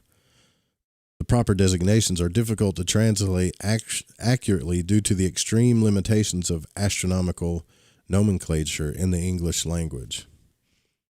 There are as many varieties of life forms as there are grains of sand on the beach, and you can imagine how many different creatures and types of bodies have been manufactured by the millions of companies such as Bugs and Blossoms for all of the myriad planetary systems during the course of 74 trillion years. Could it be true? Okay, I don't know. Seems like it could be. Matilda O'Donnell McElroy, personal note. So this is the nurse talking. When Earl the alien finished telling me this story, there was a long silent pause while I muddled through all of this in my mind. Had Earl been reading science fiction books and fantasy stories during the night? And why would she tell me something so incredibly far-fetched? That's a good question. If there had not been a 40-inch tall alien with gray skin and 3 fingers on each hand and foot sitting directly across from me, I would not have believed a single word of it. In retrospect, over the 60 years since Earl gave me this information, Earth doctors have begun to develop some of the biological engineering technology that Earl told me about right here on Earth. Heart bypasses, cloning, test tube babies, organ transplants, plastic surgery, genes, chromosomes, and so forth. One thing is very sure, I have never looked at a bug or a flower the same way since then, not to mention my religious belief in Genesis. Trippy. Lesson in science. Man, we got 10 minutes left in the broadcast. Should we start getting into the science? Chris Martinez says, is this what I is what I is and I be who I be? Where the is bees? I hear you, man. Flesh bodies are the bomb. I don't want no doll body. Sven. Okay, let's get into the science. Then we'll wrap this thing up. I mean, at the very least, right, if this isn't real, at the very least, this would make for a very interesting video game, movie, space series, book. Here we go. Matilda O'Donnell McElroy, personal note. The transcript of this interview is verbatim. There's nothing more I can add to it. It says everything. Official transcript of the interview, top secret official transcript of the U.S. Army Air Force Roswell Army Field 509th Bomb Group. Subject, alien interview, July 29th, 1947, first session. Man, he said all this in 3 days. A while ago, they were doing like months before interviews until he learned how to telepathically speak English. Now he's just spitting it all out. Today, Earl told me about some very technical things, and I took a few notes to remind myself so I can repeat what she said as closely as possible. She began with an analogy about scientific knowledge. Can you imagine how much progress could have been made on Earth if people like Johannes Gutenberg, Sir Isaac Newton, Benjamin Franklin, and George Washington Carver, Nikola Tesla, Jonas Salk, and Richard Trevithick, and many thousands of similar geniuses and inventors were living today? Imagine what technical accomplishments might have been developed if men like these never died. What if they never were given amnesia and made to forget everything they knew? What if they continued to learn and work forever? What level of technology and civilization could be attained if immortal spiritual beings like these were allowed to continue to create? In the same place and at the same time for billions and trillions of years. Would it seem so far-fetched? Essentially, the domain is one civilization that has existed for trillions of years with relatively uninterrupted progress. Knowledge has been accumulated, refined, and improved upon in nearly every field of study imaginable and beyond imagining. Originally, the interaction of ISBE illusions or inventions created the very fabric of the physical universe, the microcosm and the macrocosm. Every single particle of the universe has been imagined and brought into existence by an ISBE. Everything created from an idea, a thought with no weight or size or location in space. Every speck of dust in space, from the size of the tiniest subatomic particle to the size of a sun, or a megalantic cloud the size of many galaxies, was created from the nothingness of a thought. Even the tiniest individual cells were contrived and coordinated to enable a microbial entity to sense and navigate through infinitesimally small spaces. These also came from an idea thought up by an ISBE. You and every ISBE on Earth have participated in the creation of this universe. Even though you are not confined to a fragile body, even though you are now confined to a fragile body made of flesh, you live for only 65 short rotations of your planet around a star. You have been given overwhelming electric shock treatments to wipe out your memory. You must learn everything all over again each lifetime. In spite of all these circumstances, you are who you are and will always be. And deep down, you still know that you are and what you know. You are still the essence of you. I'm confused. You are who you are is, you know who it is be you are. Could be Lawrence Spencer. I think, isn't that the author? I don't know. I said the name of the book a while ago. This is the first time I've read it. How else can one understand the child prodigy, an ISBE who plays concertos on a piano at 3 years of age without formal training? Impossible if they did not simply remember what they have already learned from thousands of lives spent in front of a keyboard in times untold, or on planets far away. They may not know how they know, they just know. Humankind has developed more technology in the past 100 years than in the previous 2,000 years. Why? The answer is simple. The influence of the old empire over the mind and over the affairs of mankind has been diminished by the domain. A renaissance of invention on Earth began in 1250 AD with the destruction of the old empire, space fleet, and the solar system. And during the next 500 years, Earth may have the potential to regain autonomy and independence, but only to the degree that humankind can apply the concentrated genius of the ISBEs on Earth to solve the amnesia problem. However, on a cautionary note, the inventive potential of the ISBEs who have been exiled to this planet is severely compromised by the criminal elements of the Earth's population, specifically politicians, warmongers, and irresponsible physicists who create unlimited weapons such as nuclear bombs, chemicals, diseases, and social chaos. These have the potential to extinguish all life forms on Earth forever. Even the relatively small explosions that were tested and used in the past 2 years on Earth have the potential to destroy all of life. If deployed in sufficient quantities, larger weapons could consume all the oxygen in the global atmosphere in a single explosion. Therefore, the most fundamental problems that must be solved in order to ensure that Earth will not be destroyed by technology are social and humanitarian problems. The greatest scientific minds of Earth, in spite of mathematical or mechanical geniuses, have never addressed these problems. Therefore, do not look to scientists to save the Earth or the future of humanity. Any so-called science that is solely based on the paradigm that existence is composed only of energy and objects moving through space is not a science. Such beings utterly ignore the creative spark originated by an individual ISB and collective work of the ISBs who continually create the physical universe and all universes. Every science will remain relatively ineffective or destructive to the degree that it omits or devaluates the relative importance of the spiritual spark that ignites all of creation and life. Unfortunately, this ignorance has been very carefully and forcefully instilled in human beings by the old empire to ensure that ISBs on this planet will not be able to recover their innate ability to create space, energy, matter, and time, or any other component part of the universe. As long as awareness of the immortal, powerful spiritual self is ignored, humanity will remain imprisoned until the day of its own self-destruction and oblivion.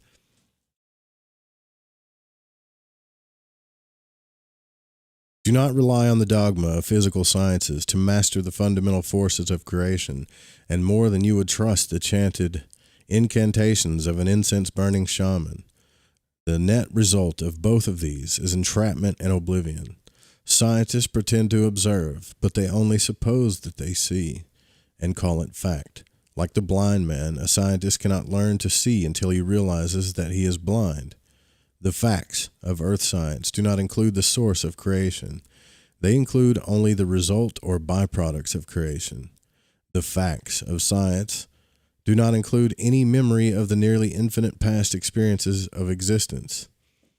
The essence of creation and existence cannot be found through the lens of a microscope or telescope or by any other measurement of the physical universe. One cannot comprehend the perfume of a flower or the pain felt by an abandoned lover with meters and calipers. Everything you will ever know about the creative force and ability of a God can be found within you, an immortal spiritual being. How can a blind man teach others to see the nearly infinite gradients that comprise the spectrum of light? The notion that one can understand the universe without understanding the nature of an ISB is as absurd as conceiving that an artist is a speck of paint on his own canvas, or that the lace on a ballet shoe is the choreographer's vision, or the grace of a dancer, or the electric excitement of opening night. Study of the spirit has been booby-trapped by the thought control operation through religious superstitions they instill in the minds of men. Well, is this like the aliens' philosophy? Conversely, the study of the spirit and the mind have been prohibited by science, which eliminates anything that is not measurable in the physical universe. Science is the religion of matter. It worships matter. The paradigm of science is that creation is all, and that creator is nothing. Religion says that creator is all, and that creation is nothing. These two extremes are the bars of a prison cell. They prevent observation of all phenomenon as an interactive whole. Study of creation without knowing the ISB or the source of creation is futile. When you sail to the edge of the universe, conceived by science, you fall off the end into an abyss of dark, dispassionate space and lifeless, unrelenting force. On earth, you have been convinced that the oceans of the mind and spirit are filled with gruesome, ghoulish monsters that will eat you alive if you dare to venture beyond the breakwater of superstition. That's true. The vested interest of the old empire prison system is to prevent you from looking at your own soul. They fear that you will see in your own memory the slave masters who kept you imprisoned. The prison is made of shadows in your mind. The shadows are made of lies and pain and loss and fear. The true geniuses of civilization are those ISBs who will enable other ISBs to recover their memory and regain self-realization and self-determination. This issue is not solved through enforcing mortal regulation on behavior or through the control of beings through mystery, faith, drugs, guns, or any other dogma of a slave society. and certainly not through the use of electric shock and hypnotic commands. The survival of Earth and every being on it depends on the ability to recover the memory of skills you have accrued through the trillinia, to recover the essence of yourself. Such an art, science, or technology has never been conceived in the old empire. Otherwise, they would not have resorted to the solution that brought you to your current condition on Earth. Neither has such technology ever been developed by the domain. Until recently, the necessity of rehabilitation and ISB with amnesia has not been needed. Therefore, no one has ever worked on solving this problem. So far, unfortunately, the domain has no solution to offer. Well, you just told us the problem and offered us no solution, and you're an alien. Come on, man.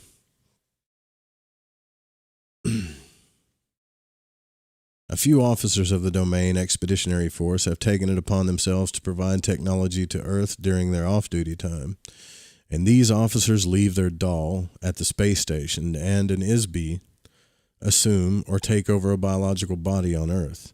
In some cases, an officer can remain on duty while they inhabit and control other bodies at the same time. This is a very dangerous and adventurous undertaking. It requires a very able ISB to accomplish such a mission and return to base successfully. One officer who did this recently, while continuing to attend to his official duties, was known on Earth as the electronics inventor, Nikola Tesla. It is my intention. So Nikola Tesla was an alien ISB, I guess. What I touch? I break something?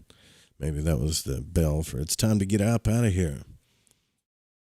It is my intention, although is not a part of my mission orders, to assist you in your efforts to advance scientific and humanitarian progress on Earth.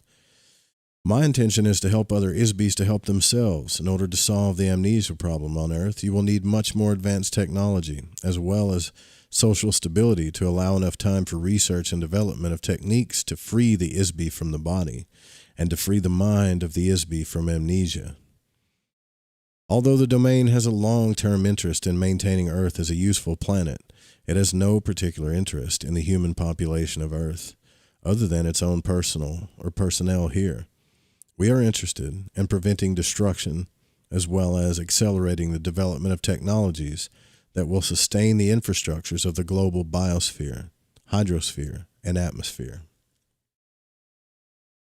To this end, you will discover, on very careful and thorough examinations, that my spacecraft contains a wide assortment of technology that does not exist yet on Earth. Remember, this is in 47, I think. If you distribute pieces of this craft to various scientists for study, they will be able to reverse engineer some of the technology to the extent that Earth has the raw materials required to replicate these components. Some features will be indecipherable. Other features cannot be duplicated, as Earth does not have the natural resources required to replicate them. This is especially true of the metals used to construct the craft. Not only do these metals do not exist on Earth, the refining process required to produce these metals took billions of years to develop. It is also true of the navigation system, which requires an ISB whose own personal wavelength has been specifically attuned to the neural network of the craft. The pilot of the craft must possess a very high order of energy volition, discipline, training, and intelligence to manipulate such a craft. ISBs on Earth are incapable of this expertise because it requires the use of an artificial body specifically created for this purpose. Damn it. So we can never fly the thing. Certain individual Earth scientists, some of whom are among the most brilliant minds in the history of the universe, will have their memory of this technology jogged when they examine the craft components, just as some of the scientists and physicists on Earth have been able to remember how to recreate electric generators, internal combustion and steam locomotion, refrigeration, aircraft, antibiotics, and other tools for your civilization. They will also rediscover other vital technology in my craft. The following are the specific systems embodied in my craft that contain useful components. Number 1. There is an assortment of microscopic wiring or fibers within the walls of the craft that control such things as communication, information storage, computer function, and automatic navigation. Number 2. The same wiring is used for light, sublight, and ultralight spectrum detection and vision. Number 3, the fabrics of the interior of the craft are far superior to any on Earth at this time and have hundreds or thousands of applications. And number 4, you will also find mechanisms for creating, amplifying, and channeling light particles or waves as a form of energy. As an officer, pilot, and engineer of the domain forces, I am not at liberty to discuss or convey the detailed operation or construction of the craft in any way other than what I have just disclosed. However, I am confident that there are many competent engineers on Earth who will develop useful technology with these resources. I am providing these details to you and hope that the greater good of the domain will be served. Damn, that's trippy. That was chapter 11, A Lesson in Science. You think that we got computer science, fiber optics, and all this other stuff from a spacecraft? Like all this stuff started from, I mean, it's possible, right? The next chapters are A Lesson in Immortality, A Lesson in the Future. The alien Earl reviews the interview transcripts, the nurse's interrogation, and then the alien leaves. This is Lawrence Spencer. That's what it is, man. See, I don't know, dude. I'm just reading. Pretty trippy stuff. Hope you guys, is today Thursday? Today's Thursday, right? Yeah, so this is, unless we do another broadcast this weekend, tomorrow or this weekend or something, this will probably be the last one of this week. If you enjoy the show, please help, donate, all that stuff. We'll leave the links there. You can go to fringe.fm and donate. I'm working on a Patreon page with voice-guided audios for out-of-body stuff and magic stuff, and that is what I am focused on. But I love reading this stuff with you and talking to you guys.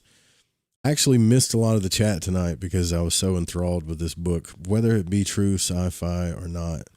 But thanks for all of you that came out. It was really fun. We'll do it again. And again. Good night, y'all. Sweet dreams.